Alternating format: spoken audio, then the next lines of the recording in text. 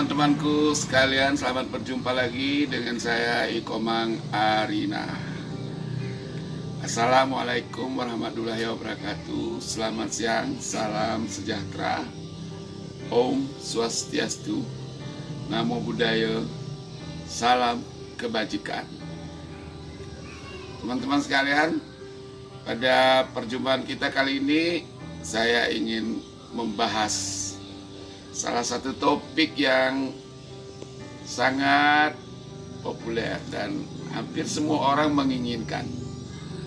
Awet muda atau awet tua? Bagi saya pilih tua dan awet. Namun itu bukan sekedar kata-kata. Kita harus berupaya, harus melakukan upaya-upaya untuk mencapai kondisi tua dan awet. Meskipun kita belum tua, kita harus menyiapkannya dari sekarang. Tapi teman-teman, sebelum dilanjutkan, yang belum like, yang belum subscribe, kalau nanti ini bagus menurut Anda, yuk kita share, kita bagikan kepada siapa saja, agar video ini lebih banyak menjangkau teman-teman di seluruh dunia. Ya, teman-teman sekalian, kalau kita mau tua tapi awet, itu sama saja dengan memelihara mobil. Mobil boleh tua, tetapi kalau pemeliharaannya bagus, dia akan sangat prima, sangat awet. Ya, mobil-mobil tua itu saat zaman tahun 30-an itu masih bisa hidup sampai sekarang. Karena dipelihara. Karena apa? Karena bensinnya pilihan, olinya yang oli terbagus, terus selalu dibersihkan, mesinnya, bodinya dirawat. Nah, manusia, tubuh kita ini tidak beda jauh dengan kendaraan. Kalau kita mau badan kita ini sampai tua dan awet, kita harus merawatnya dari sekarang, dari saat masih muda. Nah, teman-teman sekalian, ada beberapa saran dari para ahli kesehatan, para ahli awet muda, awet muda, untuk kita sadari dari saat ini dan kita berupaya untuk mengikuti cara-cara tersebut. Yang pertama, tentu saja kita harus makan ya. Makan itu untuk hidup. Jangan dibalik ya, bukan hidup untuk makan. Ketika Anda membaliknya, hidup untuk makan, apapun makanan yang enak-enak Anda konsumsi, Anda makan, tidak peduli dengan kebutuhan Anda, tidak peduli dengan kondisi Anda, maka itulah penyebab seseorang menjadi cepat rusak organnya, terutama organ pencernaan dan sistem pembuangan. Kalau itu sudah rusak, maka tentu saja organ-organ lain juga ikut mengalami kerusakan. Jadi teman-teman sekalian, orang bijak bilang makan untuk hidup. Nanti kita akan bahas dalam materi lain khusus mengenai makan untuk hidup, bukan hidup untuk makan. Baik teman-teman, kalau kita sudah makan, sudah banyak tenaga, banyak kekuatan, tentu juga kita harus bekerja, bukan? Nah, kalau kita bekerja, sama dengan mesin mobil.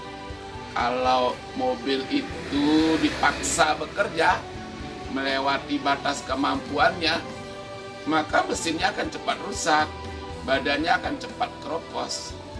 Demikian juga kita manusia. Kita punya kapasitas bekerja, punya kemampuan jam kerja yang dibatasi sesuai dengan aturan-aturan kesehatan. Kita harus bekerja pada saat kita sudah siap untuk bekerja. Kalau sudah lelah, ya istirahat.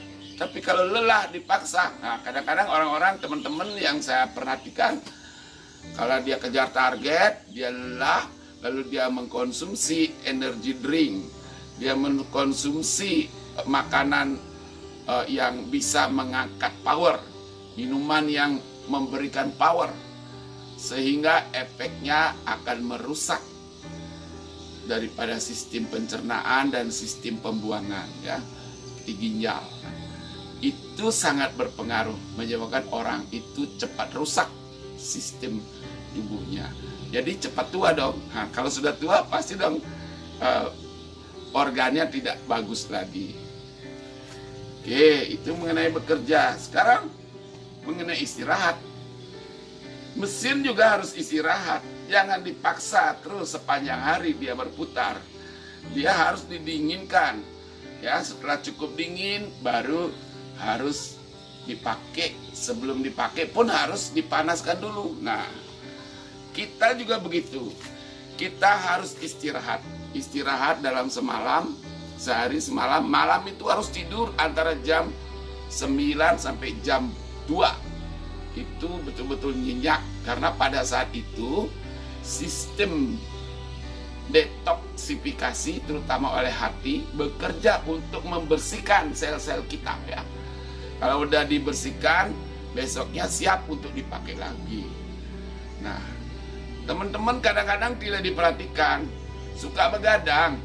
Kalau udah begadang, makan lagi katanya supaya kuat. Nah, sudah begadang, makan lagi, akan menyebabkan organ kita semakin berat. Racun tidak dibersihkan, beban ditambahkan. Itulah salah satu penyebab kita punya organ cepat rusak. Jadi kalau sudah tua, mudah mengalami kelelahan. Teman-teman sekalian, kita bahas lagi setelah yang satu ini. Ya, teman-teman sekalian, kita lanjut. Setelah Anda makan yang untuk hidup, bekerja juga untuk hidup, istirahat juga untuk hidup. Sekarang kita harus membahas mengenai rekreasi. Rekreasi atau refresh itu istilah penyegaran, ya. Penyegaran. Kalau laptop, misalnya laptop itu terlalu berat, terlalu banyak memorinya, terlalu banyak dibuka dia punya tab, kemudian terlalu lama, itu akan menyebabkan sistem memorinya terganggu. Jadi sebelum itu harus di-refresh. Nah, kita pun begitu. Kalau kita terlalu menggunakan otak kita sepanjang hari tanpa refresh, maka otak kita pun akan mengalami penurunan fungsi. Bisa cepat pikun, bisa cepat tersinggung, bisa cepat marah, dan sebagainya. Nah, untuk itu kita harus melakukan refresh. Refresh itu artinya melakukan kegiatan yang tidak rutin. Di luar dari kegiatan rutin, bisa saja Anda juga bekerja, tapi di luar dari rutinitas. Misalnya memancing, ya, dapat ikan. Nah, tapi Anda tidak bekerja sebagai nelayan. Nah, Anda berada dalam situasi yang beda. Ada satu hal lagi, teman-teman sekalian. Kenapa orang itu cepat kelihatan tua? Tentu saja ada satu teori yang mengatakan kalau hormon endorfin itu tidak cukup aktif, maka orang itu akan mudah murung. Murung itu artinya apa? Low back, emosinya menurun, mudah iritasi. Ya, iritasi itu artinya mudah tersinggung, mudah marah, mudah cemas, mudah kecewa, dan sebagainya. Itu semua menyebabkan sistem tubuh kita terganggu, ya. Teman-teman, dalam sehari kalau Anda marah, cepat-cepat keluar dari kemarahan. Jangan bangga dengan kemarahan Anda. Jangan bangga dengan kecemasan Anda. Jangan juga pertahankan Anda punya perasaan kecewa, ya. Ayo cepat cari tempat yang lain supaya Anda bergembira, ketemu orang banyak. Pergilah ke pasar, pergilah ke mall, pergilah nonton, dan sebagainya. itu untuk menghilangkan yang namanya perasaan low, down ya. Nah, teman-teman sekalian, kalau kita selalu berada dalam posisi itu, jantung akan terpengaruh, ginjal akan terpengaruh, otak akan terpengaruh, semua menjadi drop ya. Ada salah satu saran saya, kalau Anda suka bernyanyi, orang yang suka bernyanyi, suka bergembira, itu hormon endorfinnya akan terangkat ya. Suka humor ya, suka tertawa, suka tersenyum ya, selalu berpikir positif. Itu salah satu syarat untuk seseorang selalu dalam keadaan yang fit ya. Teman-teman sekalian, itu upaya-upaya rutin yang harus kita perhatikan dalam kehidupan sehari-hari supaya kita kelak bisa lebih berumur lama dan ketika tua lebih awet. Tetapi ada lagi penyebab-penyebab masalah lingkungan yang tidak bisa kita hindari, yang menyebabkan kita akan lebih cepat tidak fit ya, tidak fresh ya.